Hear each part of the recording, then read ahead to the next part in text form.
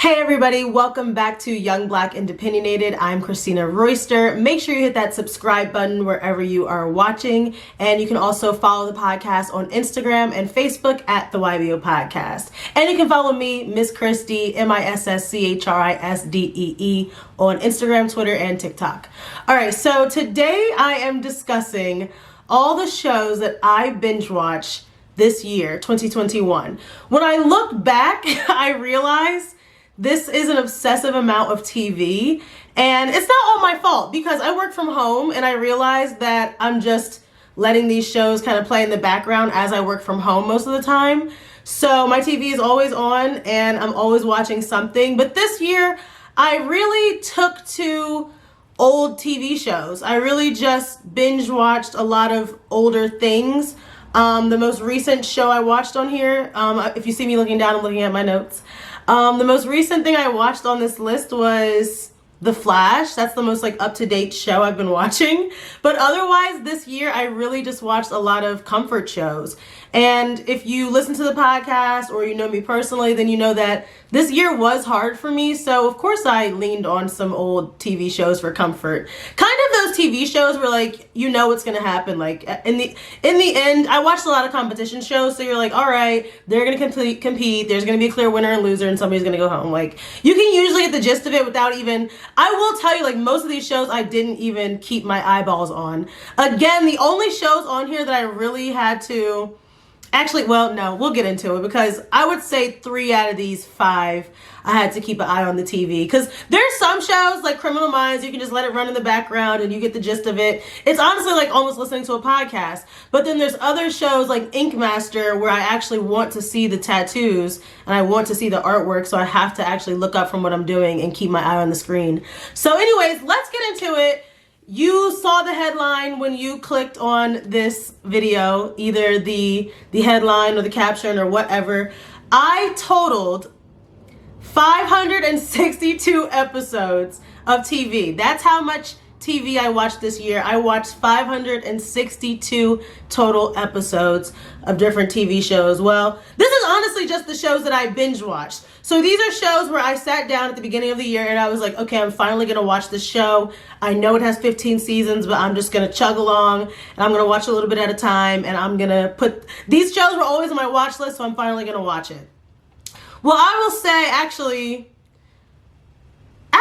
none of these shows were really on my watch list, so I'm contradicting myself. Whatever. The point is, these are shows where I knew eventually, I probably will get around to watching it. Like The Walking Dead, I knew that I would eventually watch it, when it was all over and after all the hype had died down. And I used to see people live tweet The Walking Dead, so I know subconsciously some of the things that happen in this show. I know Glenn dies. I haven't gotten to that part of the show yet, but I know it's going to happen because I've seen it on Twitter 4 years ago. So these are the shows that I binge watched 562 episodes of in 2021. These are the shows that sucked up the most of my time, kept me entertained, had me laughing, had me crying, had me screaming at the TV screen.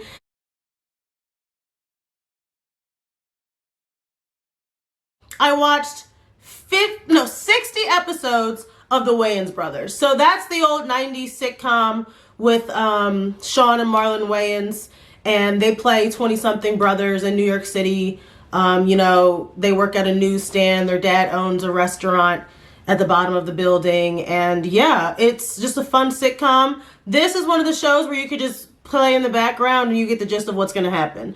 There's some big problem that they need to solve, probably something that Marlon started. Sean's going to be handsome. They're somehow going to get out of it. If they don't get out of it, then all is forgiven in the end, and it's just hilarious. And when I'm watching this show brings me comfort because I'm just like, what a time. What a time when Black people were getting shows on UPN and the CW and what was the other one? HBO. This show was on HBO Max, so I binged this show on HBO Max this year. And, I have to talk about another show that stole my heart, but it's not a binge, but I have to share that Legendary really stole my heart this year, and Pose. Okay, so anyways, the Wayans Brothers. This show was hilarious. These niggas were really genuinely funny. And it's just crazy to see them back in their 20s. They're basically playing themselves, you know? And so that was just a really great show. I've made a note to share with you guys, and I'm currently on season 4, and there's 5 seasons total. So make sure you guys support the Wayans Brothers. Hopefully we can still support them. Hopefully they're not canceled and they don't have any scandals I haven't read about. But there currently are 5 seasons on HBO Max. I think that's the total season. So I'm almost done. And this was also just part of a binge that I started with a bunch of Black TV shows. This year I watched all 5 seasons of One on One. I still have not gotten to Half and Half and Girlfriends on Netflix, but I did finish One on One on Netflix. And what was the other one? Oh yeah, I started Living Single on Hulu. I started watching The Bernie Mac Show on Amazon Prime. I don't have access to Amazon Prime anymore, but I don't know if Bernie Mac is available anywhere else. But that was a great binge. These are just comforting Black shows that kind of bring me back to my childhood. And there's a whole bunch more on that watch list that I still haven't gotten to. I want to revisit My Wife and Kids, and that's a Wayans Brothers. So yeah, just good times. Some of the things back in the 90s, man, because I've also been binging the Jamie Foxx show. Some of those things you could not get away with today. You could not say those things today, man. And I don't know. Maybe I like it because it is so goofy. Sometimes you just need a silly show to watch, you know? All right, so let's jump into The Walking Dead.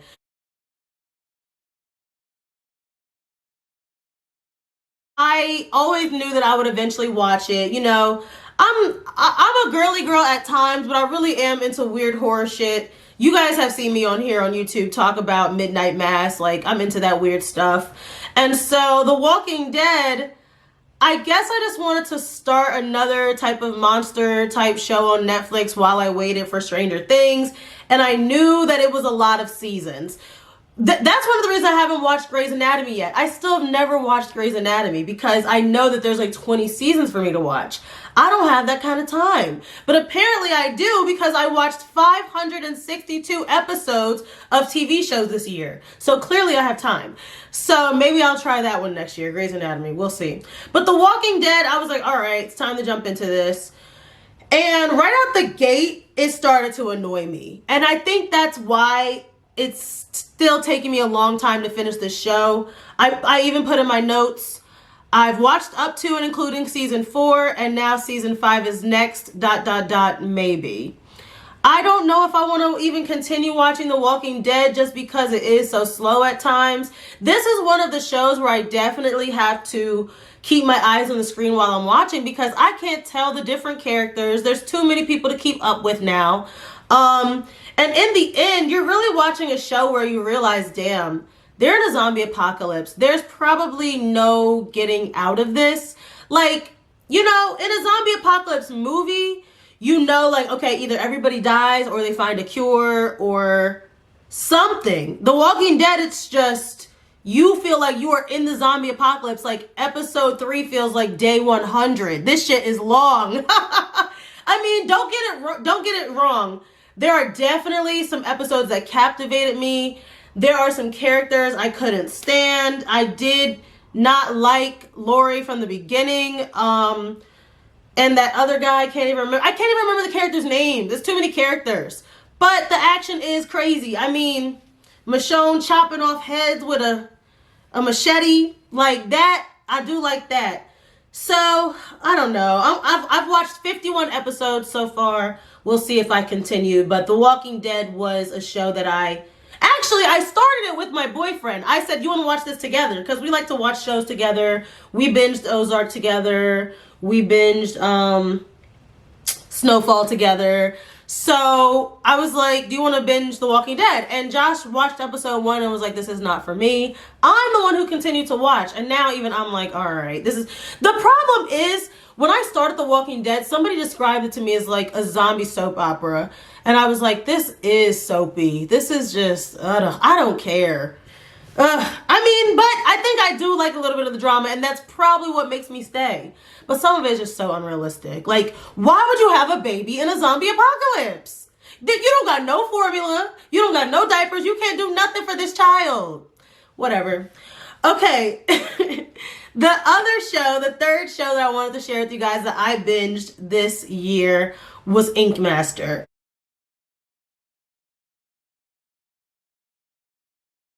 Ink Master, the reason I started this show is because I think it was my last holiday break. Last holiday break over 2020 into 2021.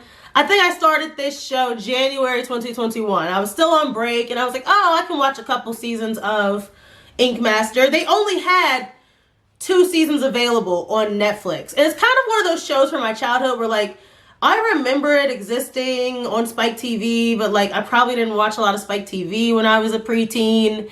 And now I'm realizing how badass and awesome this show is. This show is badass and this show is awesome. And I love it 100% because of my artistic background. I still am an artist, but I used to have a lot more time for art and sketching. And this show actually inspired me to draw a sketch. This year, while I was watching this show, inspired me to sketch again. And so I love Ink Master for that. But I do not love Ink Master for the drama and the beef. I think I tweeted like, I'm not here for the drama. I just want to see the tattoos, to be honest. I honestly, this is how I watch Ink Master. I'll turn it on while I'm cooking dinner in my kitchen. So I'll probably miss the first 30 minutes, to be honest, because I can't keep an eye on it while I'm cooking. But I get the gist of it. You know, here's some crazy extreme challenge.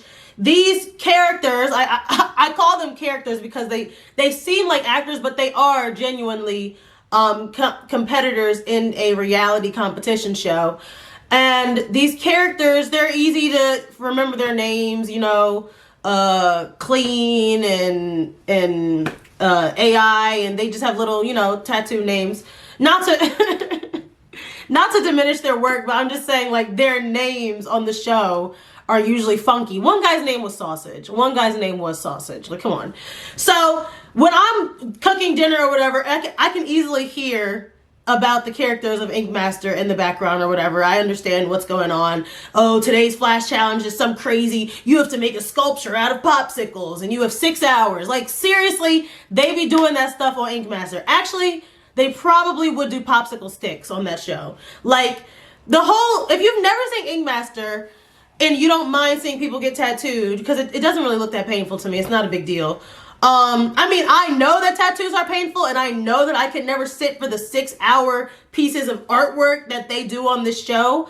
And I would just never go on this show because I don't want a fucked up tattoo. If you fuck up my tattoo, like, yeah, I got to be on TV, but it's a mess. And what kills me about this show is still to this day, I'm on season 9, and still to this day, they call them canvases on the show. They're clients, the people who come into the show and get tattoos. You know damn well you logged onto your computer on ParamountTV.com casting and signed up to get a free tattoo on Ink Master. You probably didn't read the fine print because it probably said no objections. And here you are requesting a photorealistic butterfly with a rainbow sundae with sprinkles and a unicorn with full color hair in 6 hours on your chest. What are you doing? You cannot get this tattoo on Ink Master. And the competition is New School. And you're asking for a photorealistic unicorn. Get out of here.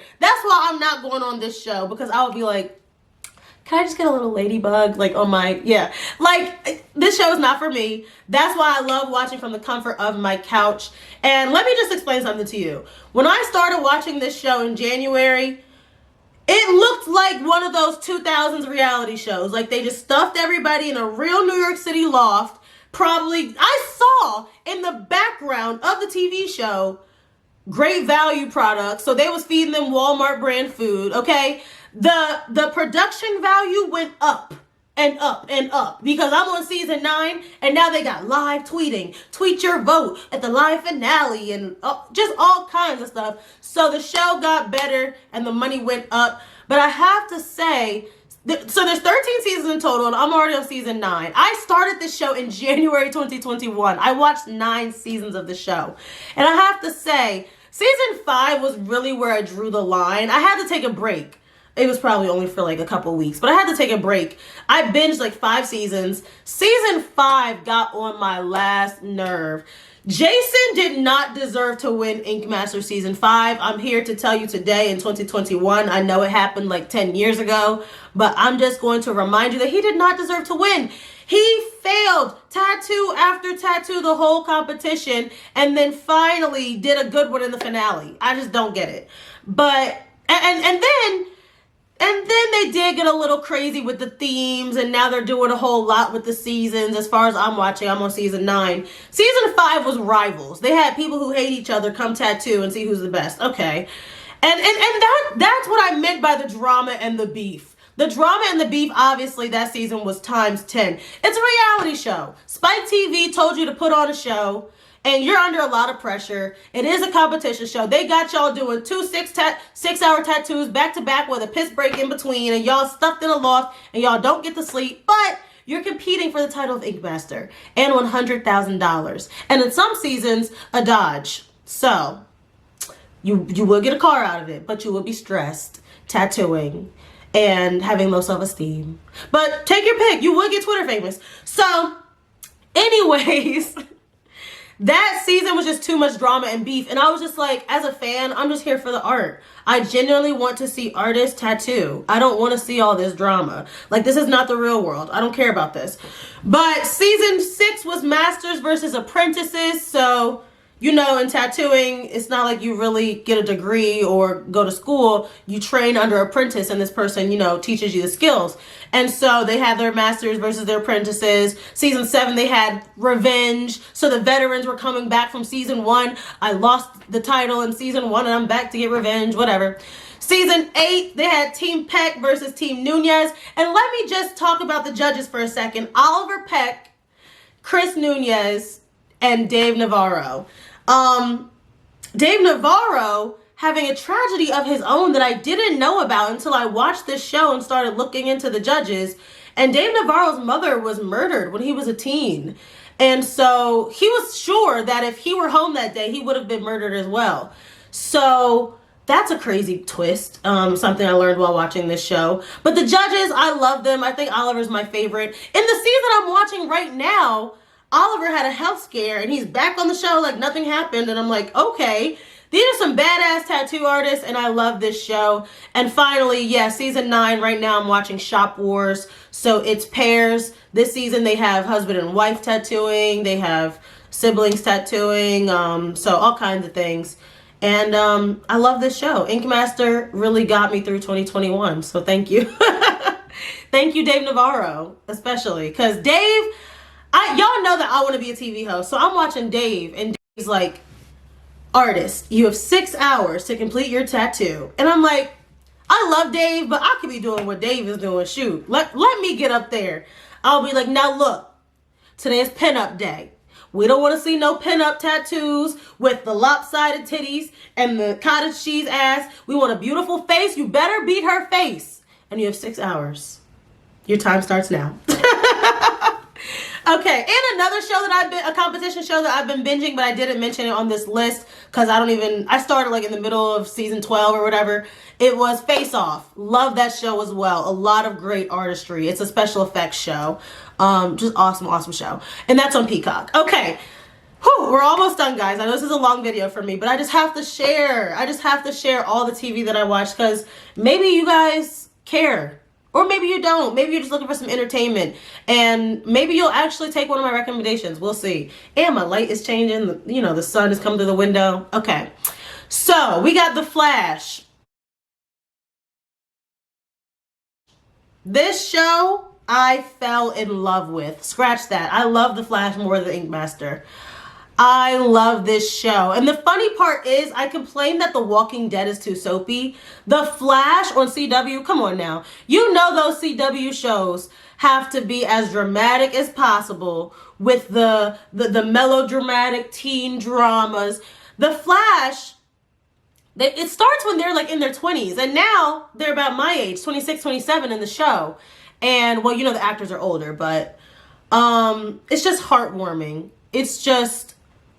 another show where you're like, you get the gist of it. Like, yeah, there's a bad guy. Like, some crazy shit's gonna happen. How are they gonna get out of this one? They always do. They might not. They might lose somebody. R.I.P. Ronnie. But at the end of the day, you know that The Flash is going to provide some quality entertainment. The special effects just get better and better. Now, I will admit that I have not watched the whole DC universe. I have not watched The Arrow. I have not watched Supergirl. I have not watched League of Tomorrow. And it's funny because as I'm binging The Flash, there's episodes where like Supergirl will come in and the Green Arrow will come in and I'm like, oh, okay, just friends visiting for the episode, whatever, crossover episodes. But I really don't know what's going on. I got confused quite a few times while watching this show, and that's because my brother's like, you don't watch the whole League of Tomorrow, like you don't understand what's going on in the other shows. But I will tell you, I didn't really need to. I still enjoyed The Flash as is. I really didn't have to watch anything else to get it. And so I watched 151 episodes of The Flash so far. I've watched up to and including season 7. They're currently on season 8 and I still haven't started it. So I'll tell you what happened. They had a couple seasons on Netflix. This is how it usually goes. I get lured in by Netflix. They had a couple seasons on Netflix. My boyfriend was like, check this out. I have to admit, my boyfriend totally put me onto The Flash. I hate admitting when somebody else puts me on, but it's true. I was never, ever going to watch a superhero show, and I'm so glad I did, and now I need to watch the other ones. I need to watch Batgirl. I want to watch the black ones, to be honest. I want to watch Black Lightning. Y'all know me, young, black, and opinionated. I look like a meme. Okay. And so even my brother was like, yeah, I watched The Flash, but both of them fell off. My brother and my boyfriend put me onto The Flash and they fell off and I continued and I watched past them.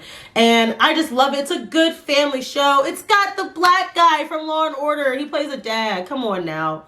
I will say I also like this show because it does have a kind of diverse cast. That really does make a difference to me.